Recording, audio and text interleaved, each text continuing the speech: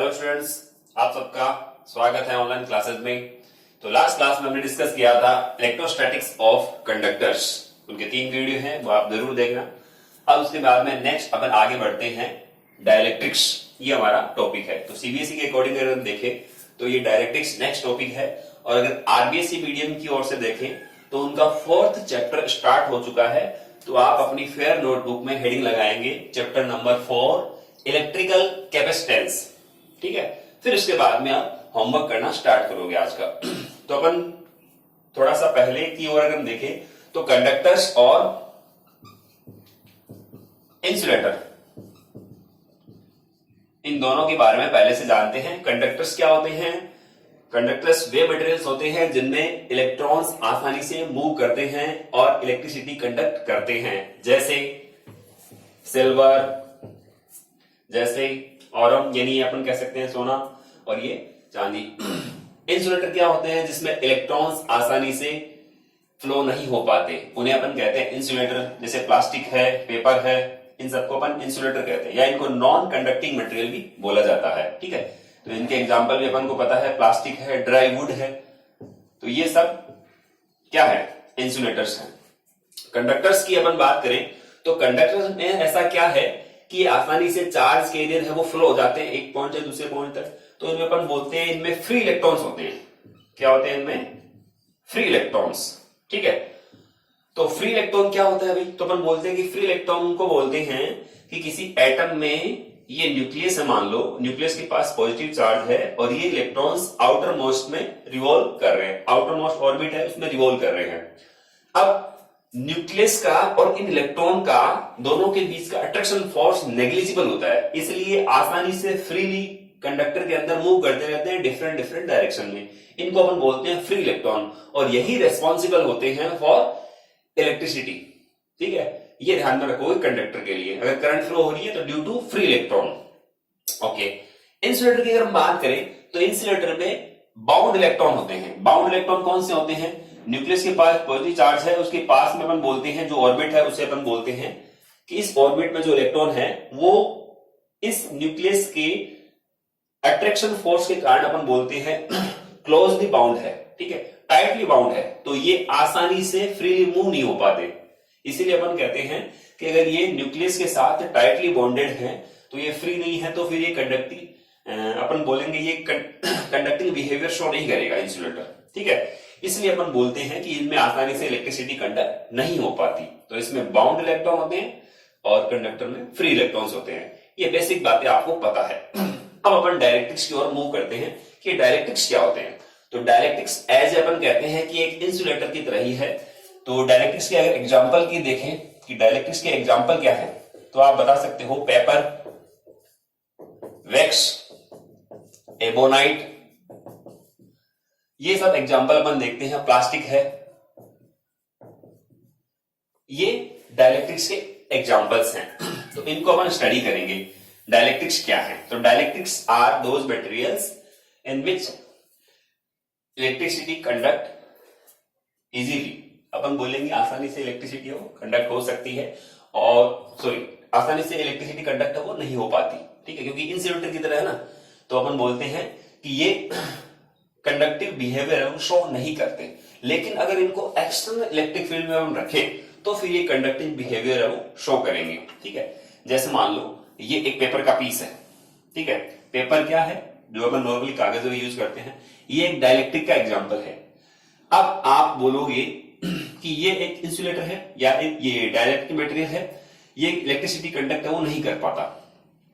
ठीक है, तो अपन क्या करें, यहां पर इस पेपर को हम एक्सटर्नल इलेक्ट्रिक फील्ड के अंदर अपन रख देते हैं। तो आप देखोगे ये कुछ अब इलेक्ट्रिक बिहेवियर शो करता है in the presence of external electric field. इसको आप घर पे कर भी सकते हो और पहले बचपन में आपने किया भी होगा। क्या कि एक आप स्केल लो, स्केल को अपने हेयर के साथ रब करोगे तो ये स्केल है वो चार्ज हो जाएगी। ठीक है, मान लो स्केल के पास कैसा चार्ज आ गया? नेगेटिव चार्ज आ गया। ठीक है, तो अब यहां पे क्या क्रिएट हो गया? एक्सटर्नल इलेक्ट्रिक फील्ड क्रिएट हो गया। ठीक है, अब पेपर के छोटे छोटे पीसेज है वो पहले से ही क्या है? पहले से ही इंसुलेटर है, न्यूट्रल है। अगर अपन यहां पे रखते हैं पेपर के छोटे छोटे पीसेज, तो आप देखोगे वो पेपर के छोटे छोटे पीसेस जो थे, मान लो एक पेपर का पीस है, तो यहाँ पे ये पोलराइज होंगे, प्लस वाला इस तरफ और माइनस इस तरफ, तो प्लस माइनस में कुछ अट्रैक्शन होगा और ये अब देखो पेपर के पीस है वो कुछ इलेक्ट्रिक बिहेवियर शो करने लग गए हैं। ठीक है, तो अपन यहाँ यही बात कर रहे हैं कि जो नॉर्मली अपन बोलते हैं कि इलेक्ट्रिक बिहेवियर शो नहीं करते, लेकिन अगर एक्सटर्नल इलेक्ट्रिक फील्ड में इन डाइलेक्ट्रिक्स को रख दोगे तो फिर ये कुछ ना कुछ इलेक्ट्रिक बिहेवियर शो करने लगते हैं। ऐसे मटेरियल्स को अपन बोलते हैं dielectrics. Got it. Next, dielectrics कितने टाइप्स के होते हैं? तो अपन बोलते हैं डाइलेक्ट्रिक्स दो टाइप्स के हैं, एक पोलर डाइलेक्ट्रिक्स और दूसरा है नॉन पोलर। पोलर और दूसरा आता है नॉन पोलर डाइलेक्ट्रिक्स।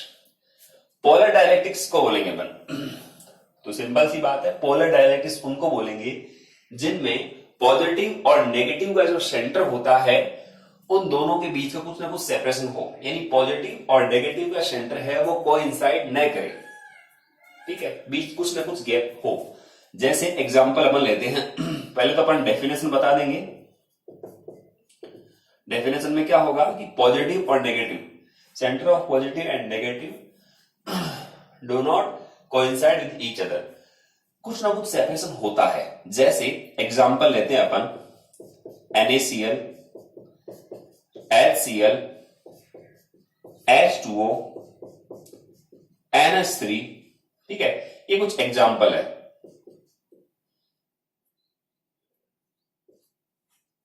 ये अल्कोहल है तो अपन मानेंगे ये क्या चीज है, ये डाइपोल। अपन बोलेंगे में दो पोल हैं, एक प्लस और एक माइनस, यानी एक इलेक्ट्रिक डाइपोल की तरह बिहेव कर रहे हैं, तो इनको अपन पोलर डाइलेक्ट्रिक्स बोलेंगे। पोलर डाइलेक्ट्रिक्स अभी आपको नोट नहीं करना है, पहले समझते रहिए आप। तो ये पोलर डाइलेक्ट्रिक्स। ओके, अब अपन यहां से देखते हैं कि NaCl की बात करते हैं या HCl की बात करते हैं सपोज, तो Cl है वो, इसका अगर हम देखें साइज बड़ा है कंपेयर टू हाइड्रोजन, तो आप देखोगे इसका कुछ शेप ऐसा होता है। ठीक है, यहां पे ये H प्लस है, ये H प्लस, और यहां पे ये Cl माइनस है। तो माइनस और प्लस दोनों के बीच का कुछ सेपरेशन होता है, हालांकि होता है ये एंगस्ट्रम की रेंज में ही है, लेकिन कुछ सेपरेशन है। अब अपन बोलेंगे कि यहां से माइनस से प्लस की तरफ ये इलेक्ट्रिक डायपोल मोमेंट की डायरेक्शन होगी। हमेशा पता है इलेक्ट्रिक डायपोल मोमेंट की डायरेक्शन किधर होती है, माइनस टू प्लस चार्ज की तरफ। ठीक है, अब दोनों के दोनों मैग्नीट्यूड सेम है, यानी ये माइनस क्यू है तो ये प्लस क्यू है। ओके, तो ये एक इलेक्ट्रिक डायपोल की तरह बिहेव कर रहा है, दोनों के बीच का कुछ ना कुछ सेपरेशन होता है। इसकी एक एसिमेट्रिक शेप होती है। शेप की अगर हम बात करें तो शेप कैसी होगी इसकी, एसिमेट्रिक।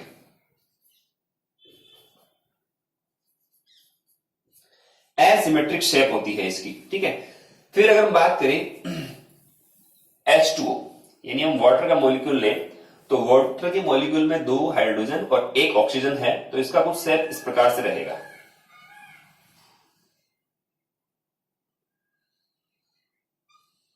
ठीक है, ये ऑक्सीजन है, ऑक्सीजन के पास -2 और यहां हाइड्रोजन है प्लस, यहां भी हाइड्रोजन है प्लस। ठीक है, तो -q चार्ज और एक +q चार्ज, इसके कारण एक यहां इलेक्ट्रिक डायपोल मोमेंट बना P1, और यहां एक माइनस और यहां एक प्लस, इसके कारण ये वाला बना इलेक्ट्रिक डायपोल मोमेंट P2।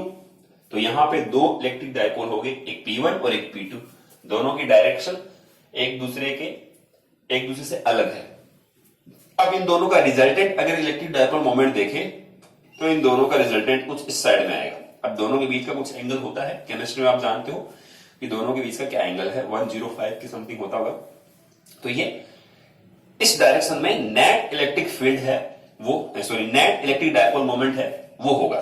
ठीक है, तो यहां पे अपन पोलर डाइलेक्ट्रिक्स की बात करें तो पोलर डाइलेक्ट्रिक्स ऐसे मटेरियल होते हैं जिनके पॉजिटिव और नेगेटिव का जो सेंटर ऑफ मास है उनके बीच का कुछ ना कुछ सेपरेशन होता है, यानी ये दोनों के दोनों को इंसाइड नहीं करते। पॉजिटिव, जैसे मान लो ये पॉजिटिव है और ये वाला नेगेटिव है, ये दोनों एक दूसरे में कोइंसाइड न करके इन दोनों के बीच का कुछ ना कुछ सेपरेशन होता है। ठीक है, और सेपरेशन होता है तो आपको फॉर्मूला पता है इलेक्ट्रिक डायपोल मोमेंट का, P = Q × 2a। अगर दोनों के बीच का सेपरेशन यहां कुछ है तो चार्ज तो इन पे है ही, तो इलेक्ट्रिक डायपोल मोमेंट कुछ होगा। तो इनके जितने सारे ये मॉलिक्यूल होते हैं, प्रत्येक मॉलिक्यूल का कुछ न कुछ इलेक्ट्रिक डायपोल मोमेंट पक्का होता है। क्यों? क्योंकि इनके पास चार्ज है, दो चार्जेस के बीच का सेपरेशन है, इसलिए प्रत्येक मॉलिक्यूल का ईच मॉलिक्यूल है इलेक्ट्रिक डायपोल मोमेंट। पोलर की बात कर रहे हैं अपन, ठीक है। अच्छा, फिर नॉन पोलर की बात कर लेते हैं। नॉन पोलर में अपन बोलेंगे कि इसका जस्ट अपोजिट कर दो, कि पॉजिटिव और नेगेटिव के जो सेंटर होते हैं उन सेंटर ये एक दूसरे पे कोइंसाइड करते हैं, यानी ओवरलैप करते हैं एक दूसरे पे बिल्कुल जस्ट, यानी पॉजिटिव का सेंटर और नेगेटिव का। जैसे मान लो ये यहाँ पे पॉजिटिव और नेगेटिव, नेगेटिव भी इसी पॉइंट पे रहेगा जहां पे, यानी सेंटर ऑफ मास की अपन बात करते हैं तो वो एक ही पॉइंट पे रहेंगे, ठीक है। जैसे यहाँ पे आप देखो क्लोरीन और हाइड्रोजन दोनों के बीच में कुछ सेपरेशन है, लेकिन यहां एक एग्जांपल देखना, H2 oxygen, H2 molecule, O2 molecule, N2 molecule, ये सारे किसके एग्जांपल है? Non polar dielectrics, non polar dielectrics के एग्जांपल है, ठीक है।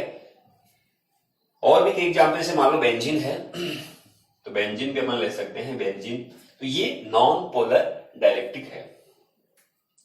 नॉन पोलर का मीन क्या होगा कि इनके बीच का कुछ कोई सेपरेशन यहां पे नहीं रहेगा, पॉजिटिव और नेगेटिव के बीच का कोई सेपरेशन नहीं है। जैसे अपन बात करें ऑक्सीजन, तो ये मान लो ऑक्सीजन,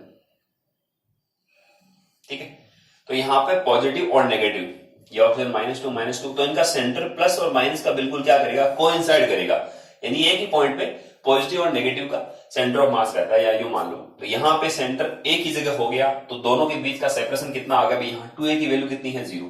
तो आप यहां पे देखोगे P = Q × 2a, तो इसमें 2a, दोनों चार्जेस के बीच का सेपरेशन कितना होता है? 0। तो इनके प्रत्येक मॉलिक्यूल का इलेक्ट्रिक डायपोल मोमेंट कितना आता है? 0। तो ये आएगा 0। रीजन क्या है भाई? कोई सेपरेशन नहीं है ना प्लस और माइनस के बीच का, इसलिए, ठीक है। और एग्जांपल देखें तो CO2, ये एग्जांपल्स होते हैं किसके? नॉन पोलर के। पोलर के ये वाले एग्जांपल है, इसमें कार्बन मोनोऑक्साइड और कर सकते हो आप, ठीक है, कुछ सेपरेशन होता है। और CO2 कार्बन डाइऑक्साइड, कुछ सेपरेशन नहीं होता, प्लस और माइनस दोनों कोइंसाइड कर रहे हैं, ओके जी। इसी प्रकार N2 हो गया, बेंजीन है, H2 है, एग्जांपल से अपन इसको क्लियरफाई कर सकते हैं। तो CO2 की लेयर देखें तो CO2 भी एक लीनियर मॉलिक्यूल होता है, ठीक है। यहां पे मैं ले रहा हूं कार्बन और ये ऑक्सीजन और ये भी ऑक्सीजन, ठीक है, ये डबल बॉन्डेड है इसके साथ में। अपन बोलते हैं इनकी पॉजिटिव और नेगेटिव का जो सेंटर होता है वो कोइंसाइड करता है, कोई सेपरेशन नहीं होता, इसलिए प्रत्येक मॉलिक्यूल का इलेक्ट्रिक डायपोल मोमेंट कितना आएगा? 0, ठीक है। फिर से अगर देखो तो पहले तो आप डेफिनेशन से इनकी दोनों को डिफरेंस करोगे, पोलर नॉन पोलर में क्या अंतर है वो डेफिनेशन बता दोगे आप, ठीक है, कि इसमें तो पॉजिटिव और नेगेटिव का सेंटर कोइंसाइड नहीं करता, इसमें कोइंसाइड करता है। फिर एग्जाम्पल इनके लिख दोगे, फिर थोड़ा सा डायग्राम बना के अपन इसको बता देंगे। अब बात करते हैं अपन इनकी इलेक्ट्रिक डायपोल मोमेंट की, कि इलेक्ट्रिक फील्ड की अब्सेंट में और इलेक्ट्रिक फील्ड की परजेंस में, अब्सेंस और परजेंस में क्या ये इलेक्ट्रिक डायपोल मोमेंट शो करते हैं, उसको अपन लेते हैं, ठीक है। मैं यहां पे दोबारा से इनको कैटेगराइज कर रहा हूं, एक तरफ अपन ले लेते हैं पोलर और एक तरफ अपन ले लेते हैं नॉन पोलर डाइलेक्ट्रिक्स, ओके। तो सबसे पहले हम पोलर की बात करते हैं। जब आपने कोई इलेक्ट्रिक फील्ड नहीं लगा रखा, यानी एक्सटर्नल इलेक्ट्रिक फील्ड की वैल्यू कितनी है? 0, कोई इलेक्ट्रिक फील्ड नहीं लगा रखा, ठीक है। तो देखना यहां पे अपन पहले ले रहे हैं पोलर, तो पोलर को अपन थोड़ा सा ऐसे शो कर देते हैं क्योंकि कुछ गैप है इनके माइनस और प्लस का, तो यहां पे minus plus plus minus minus plus. जब कोई इलेक्ट्रिक फील्ड आप नहीं लगा रखा है आपने, तो इनका ओरिएंटेशन से देखोगे आप कैसे, किस प्रकार से ओरिएंटेड है, minus plus plus minus plus minus minus plus plus minus minus plus, बस।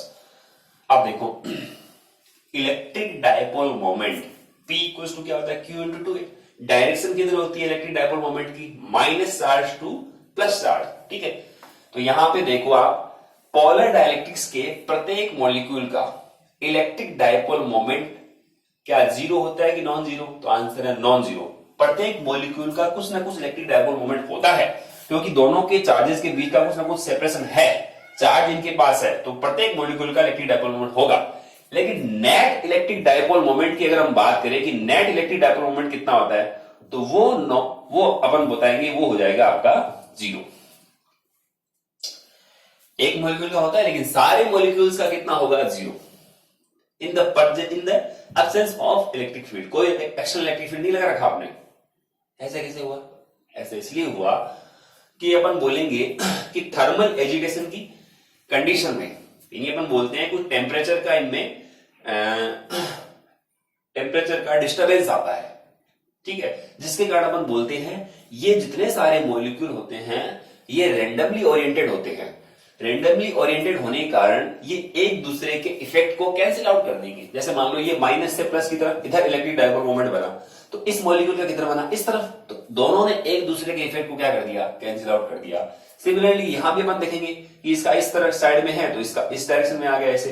तो आप देखोगे यहां से एक का दूसरे ने कैंसिल आउट कर दिया। जैसे माइनस से प्लस की तरफ इसका इधर था, तो इधर मान लो ये प्लस है ये माइनस है, इसने इस तरफ वाले को क्या कर दिया? कैंसिल आउट कर दिया। तो अपन बोलते हैं कि जितने सारे मॉलिक्यूल होते हैं वो रेंडमली ओरिएंटेड होते हैं और थर्मल एजिटेशन की कंडीशन में एक दूसरे के इलेक्ट्रिक डायपोल मोमेंट को कैंसिल करते हुए चलते हैं। तो नेट इलेक्ट्रिक डायपोल मोमेंट कितना रहता है? 0। ओके, अब अपन अप्लाई करते हैं एक्सटर्नल फील्ड। तो in the presence of external field देखना कैसे बिहेवियर होता है पोलर डाइलेक्ट्रिक्स का। तो जैसे ही आपने एक्सटर्नल इलेक्ट्रिक फील्ड अप्लाई किया, क्या होगा? ये मॉलिक्यूल्स, इन मॉलिक्यूल्स में एक फोर्स या यो कहें कि इन मॉलिक्यूल्स पे एक टॉर्क क्रिएट होता है, ठीक है, यानी एक डायपोल की तरह बिहेव कर रहे हैं। और जब आपने यहां पे एक्सटर्नल इलेक्ट्रिक फील्ड अप्लाई कर दिया, मान लो मैंने इस डायरेक्शन में एक्सटर्नल इलेक्ट्रिक फील्ड अप्लाई किया है, तो इन पे फोर्स क्रिएट होगा, ठीक है। माइनस चार्ज पे force opposite to electric field और प्लस चार्ज पे along the electric field force create होता है, जिससे यहां एक टॉर्क बनेगा। और टॉर्क के कारण ये क्या करेंगे? जितने सारे मॉलिक्यूल है वो इलेक्ट्रिक फील्ड की डायरेक्शन में अलाइन करने लग जाएंगे, ठीक है। तो आप देखना minus plus minus plus minus plus minus plus minus plus minus plus, ठीक है। हालांकि मैंने थोड़ा सा इसको डिस्टर्ब कर दिया, सारे के सारे नहीं दिखाए, क्योंकि अपन बोलते हैं कि एक साथ सारे नहीं हो पाएंगे। अब आप देखोगे और अगर मान लो यहां पर एक्सटर्नल इलेक्ट्रिक फील्ड की वैल्यू आपने और इंक्रीज कर दी, तो फिर ये जो डायरेक्शन इनकी ये इस तरफ थी वो भी अलाउंग द इलेक्ट्रिक फील्ड अब आने लग जाएगी। अब देखो यहां जितने सारे मॉलिक्यूल है लगभग सबकी है वो डायरेक्शन हो किधर होगी? सबके इलेक्ट्रिक डायपोल मोमेंट की direction along the electric field हो चुकी है। लेकिन अपन यहां पे कुछ थोड़ा सा अलग दिखाएंगे ताकि अपन कहते हैं, हालांकि पूरे नहीं हो पाते इसलिए आप उनको एक दो को अपन इस तरफ दिखा सकते हैं, ठीक है। एक्सटर्नल फील्ड की वैल्यू इंक्रीज, जैसे मान लो ये इलेक्ट्रिक फील्ड आपने यहां पे अप्लाई कर दिया 20 न्यूटन पर कूलम, ठीक है। अब आपने 20 की वजह इसको 40 कर दिया, तो ये वाला भी क्या होगा? अब थोड़ा सा सीधा हो जाएगा, माइनस प्लस, यानी इसने भी along the electric field align हो चुका है। ये कहने का मीन होता है। अब बताओ इसका खुद का अकेले का इलेक्ट्रिक डायपोल मोमेंट है क्या? आंसर है। दूसरे का है, तीसरे का है, सबका हो गया, सबका हो गया। तो अब पूरे के पूरे सब्सटेंस में नेट इलेक्ट्रिक डायपोल मोमेंट क्या इस बार 0 होगा क्या? आंसर है नहीं, इस बार 0 नहीं होगा। इसको अपन ऐसे एग्जांपल से समझ सकते हैं कि मान लो ये इलेक्ट्रिक डायपोल, ये यहां पे जो मॉलिक्यूल्स हैं वो आप लोग हो यानी स्टूडेंट्स हो, और यहां एक्सटर्नल इलेक्ट्रिक फील्ड मास्टर जी टीचर हैं। जैसे ही क्लास में टीचर नहीं है, सारे स्टूडेंट्स, किसी ने इधर फेस कर रखा है, कोई इधर बात कर रहा है, कोई उधर बात कर रहा है, अनडिसिप्लिन क्लास है, कोई इधर उधर बातें कर रहे हैं, सबका फेस है वो एक दूसरे के अपोजिट है अपन बोलेंगे। लेकिन प्रत्येक मॉलिक्यूल का कुछ ना कुछ इलेक्ट्रिक डायपोल मोमेंट है, ठीक है, लेकिन सब एक दूसरे के इफेक्ट को कैंसिल कर रहे हैं, तो नेट अपन बोलते हैं कोई डिसिप्लिन नहीं है। अब क्या होगा? जैसे ही क्लास में टीचर इंटर किया, जैसे ही एक्सटर्नल इलेक्ट्रिक फील्ड अप्लाई किया, सबका ध्यान बोर्ड की ओर या टीचर की ओर एक स्पेशल डायरेक्शन में सबने अपना फेस कर लिया। अब टीचर जितना स्ट्रिक्ट होगा, यानी इलेक्ट्रिक फील्ड जितना ज्यादा होगा, उतना ही सबका फोकस किधर होगा? बोर्ड की ओर होगा। सबका फोकस किधर होगा? अलोंग द इलेक्ट्रिक फील्ड होगा। ऐसे इसको एक्सप्लेन कर सकते हैं। ओके, अब अपन लेते हैं नॉन पोलर डायलेक्ट्रिक्स, ठीक है। तो नॉन पोलर डायलेक्ट्रिक्स में देखना क्या होगा? जब आपने कोई एक्सटर्नल इलेक्ट्रिक फील्ड नहीं लगा रखा, तो अपन बोलेंगे इनमें पॉजिटिव और नेगेटिव दोनों के सेंटर क्या होते हैं? कोइंसाइड करते हैं। तो इनका शेप तो मैंने ऐसे बनाया था, इनका देखो मैं सर्किल के फॉर्म में बनाऊंगा इनको, plus minus plus minus plus minus plus minus plus minus plus minus. ये सर्किल क्यों बनाया? क्योंकि ये इलेक्ट्रिक डायपोल मोमेंट इनका प्रत्येक मॉलिक्यूल का कितना होता है? 0। अब प्रत्येक मॉलिक्यूल का 0 है तो सारों का कितना होगा? सारों का भी 0 ही होना है। इसमें प्रत्येक का 0 नहीं था, लेकिन सारों का 0 क्यों था? क्योंकि रेंडमली ओरिएंटेड थे, एक दूसरे के इफेक्ट को कैंसिल कर रहे थे। यहां पे अपन बोलेंगे जब अकेले का ही 0 है तो सबका तो 0 होना ही है, ठीक है। तो इसको अपन यहां ऐसे शो कर रहे हैं। इसको ऐसे क्यों शो किया था? इसको अपन ने ऐसे इस फॉर्म में शो क्यों किया है? एलिप्स के फॉर्म में। तो अपन बोलेंगे इसके पीछे रीजन है कि आप यहां पे देखोगे कुछ सेपरेशन है, जिसके कारण यहां पे ऐसी शेप इन्होंने बनाए हुए हैं। यहां पे तो बिल्कुल सर्किल है कि प्लस माइनस एक ही कंसेंट्रिक है, प्लस और माइनस हो एक ही पॉइंट पे कोइंसाइड है। तो ये एक्सटर्नल इलेक्ट्रिक फील्ड की एब्सेंस में नेट इलेक्ट्रिक डायपोल मोमेंट कितना होगा? नॉन पोलर का 0। अब आप अप्लाई करोगे क्या? External electric field. When external electric field apply to the non polar dielectrics, what will happen? देखते हैं। अब क्या होगा कि इलेक्ट्रिक फील्ड मान लो आपने इस डायरेक्शन में अप्लाई कर दिया, तो आप देखोगे पॉजिटिव का जो सेंटर है उस पर फोर्स किधर लगेगा? Along the electric field. और नेगेटिव का जो सेंटर है उस पर फोर्स किधर लगेगा? Opposite to electric field. तो ये कुछ थोड़ा सा क्या होंगे? डिस्प्लेस होंगे। तो माइनस प्लस,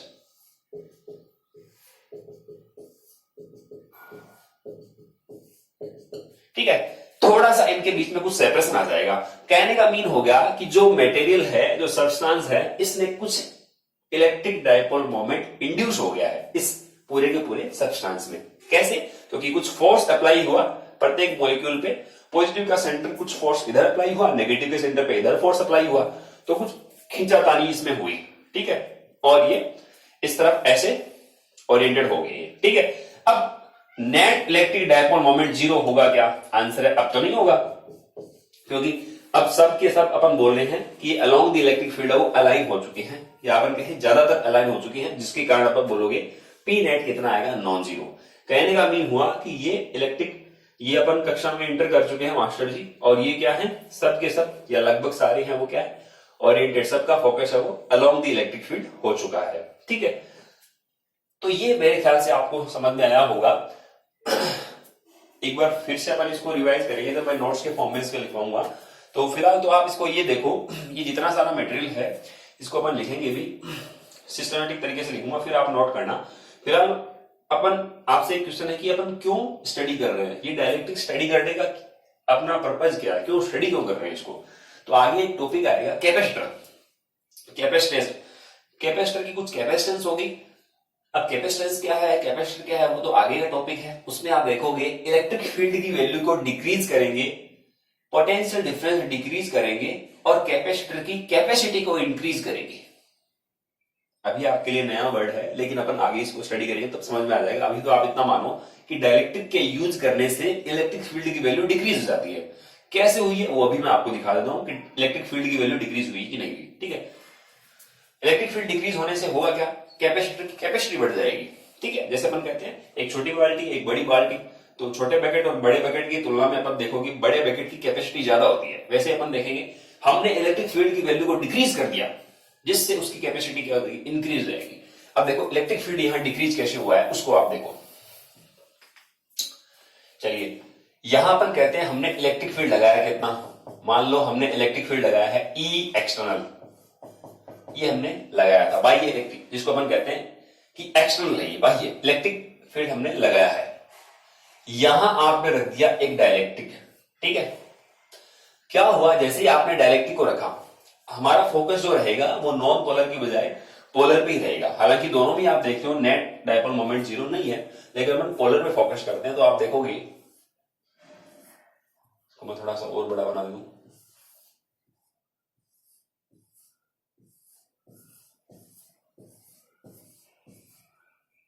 देखिए minus plus minus plus minus plus minus plus minus plus, ठीक है। अब आप देखिए यहां पे अपन बोलेंगे कि ये जो डाइलेक्ट्रिक आपने रखा है, इसकी जो यहां पे बिल्कुल एंडिंग ये वाली, ये इस सिरे की बात कर रहे हैं अपन, यहां पे एक पॉजिटिव चार्ज की लेयर क्रिएट हो जाती है। भाई इलेक्ट्रिक फील्ड आपने किस डायरेक्शन में लगाया है? इस डायरेक्शन में लगाया है, एक्सटर्नल, ठीक है। तो यहां एक पॉजिटिव की लेयर आएगी और यहां एक नेगेटिव की आ गई।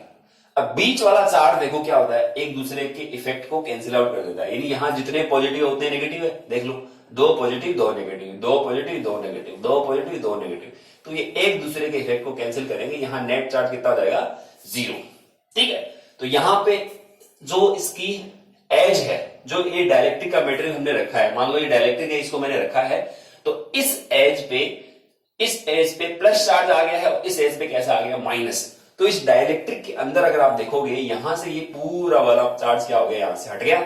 तो यहां से अगर आप देखोगे, एक तरफ प्लस है और दूसरी तरफ क्या है, माइनस। तो प्लस से माइनस की तरफ क्या होता है, इलेक्ट्रिक फील्ड की डायरेक्शन होती है। तो यहां एक इलेक्ट्रिक फील्ड इंड्यूस हो जाएगा, जिसको अपन बोलेंगे इंड्यूस इलेक्ट्रिक फील्ड।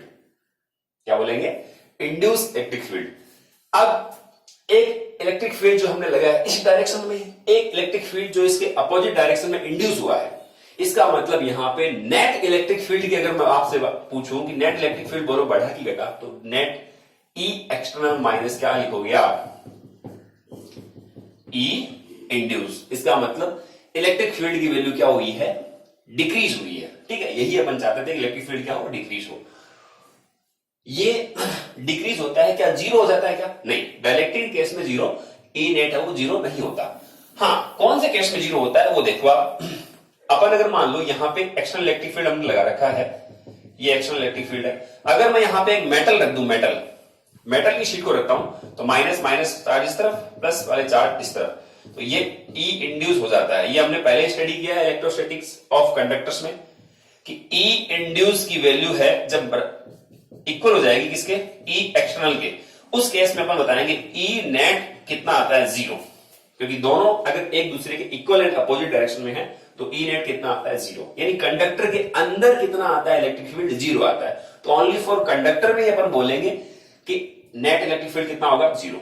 यहां पे आप बोलोगे डाइलेक्ट्रिक भरा है आपने, जब कैपेसिटर स्टडी करोगे, दो प्लेट रहेगी, दो कंडक्टिंग प्लेट है, दोनों के बीच में आप कुछ भरोगे, डाइलेक्ट्रिक भरोगे। डाइलेक्ट्रिक क्या भरो, कागज भर दो या फिर वैक्स भर दो, उसमें अपन भरे, तो एक तरफ पॉजिटिव की लेयर, एक तरफ नेगेटिव की लेयर, तो इलेक्ट्रिक फील्ड इंड्यूस होगा।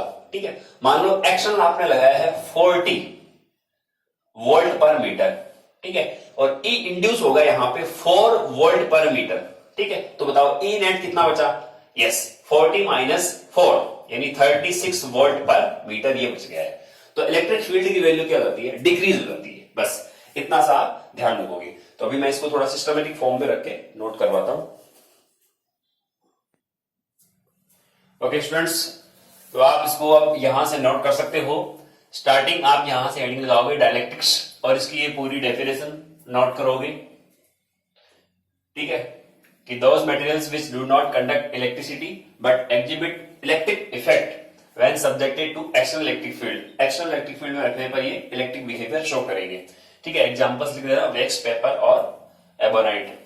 टाइप्स ऑफ डाइलेक्ट्रिक, दो टाइप्स हो गए, पोलर और नॉन पोलर। फर्स्ट पॉइंट इनकी डेफिनेशन है कि पॉजिटिव और नेगेटिव में जो सेंटर होंगे वो कोइंसाइड नहीं करेंगे, इसमें कोइंसाइड करते हैं। ठीक है, सेंटर ऑफ पॉजिटिव और negative charge do not coincide, और इसमें कोइंसाइड करेंगे। एग्जांपल लिख देना। फिर इसकी कुछ शेप है जो आप शेप बना सकते हो।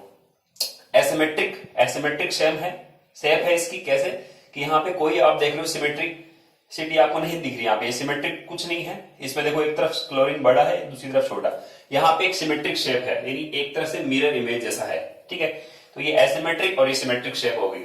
फिर इसके बाद में देखो स्टार लगे हुए हैं, first, second, third. Fourth number पे पोलर में आप लिखोगे इनके लिए कि एक्सटर्नल इलेक्ट्रिक फील्ड की एब्सेंस में नेट डाइपोल मोमेंट भी 0 है और इलेक्ट्रिक फील्ड 0 है। रीजन आपको बताया गया कि रेंडमली ओरिएंटेड होते हैं ड्यू टू थर्मल एजिटेशन। फिर आप जैसे एक्सटर्नल फील्ड अप्लाई करोगे, along the electric field align होने लगते हैं, और net electric field, net dipole moment यहाँ पे इंड्यूस हो जाता है। तो यहाँ पे मैं लिख दिया इंड्यूस इलेक्ट्रिक डाइपोल मोमेंट। ठीक है, नेक्स्ट, फिर नॉन पोलर में सेम ही चीज है, इनका प्रत्येक मॉलिक्यूल का इलेक्ट्रिक डाइपोल मोमेंट 0 है, तो नेट का भी 0 रहेगा। एक्सटर्नल इलेक्ट्रिक फील्ड अप्लाई करने पे ये यहाँ पे कुछ ना कुछ इलेक्ट्रिक डाइपोल मोमेंट यहाँ पे इंड्यूस हो जाता है, सेम इसके जैसे ही है यहाँ पे। तो इस तरफ को आप नोट कर सकते हो। ओके स्टूडेंट्स, तो इसको आप नोट करोगे और नोट करके आप असाइनमेंट के फॉर्म में इसको सबमिट करवा देना। Okay, thank you, have a nice day.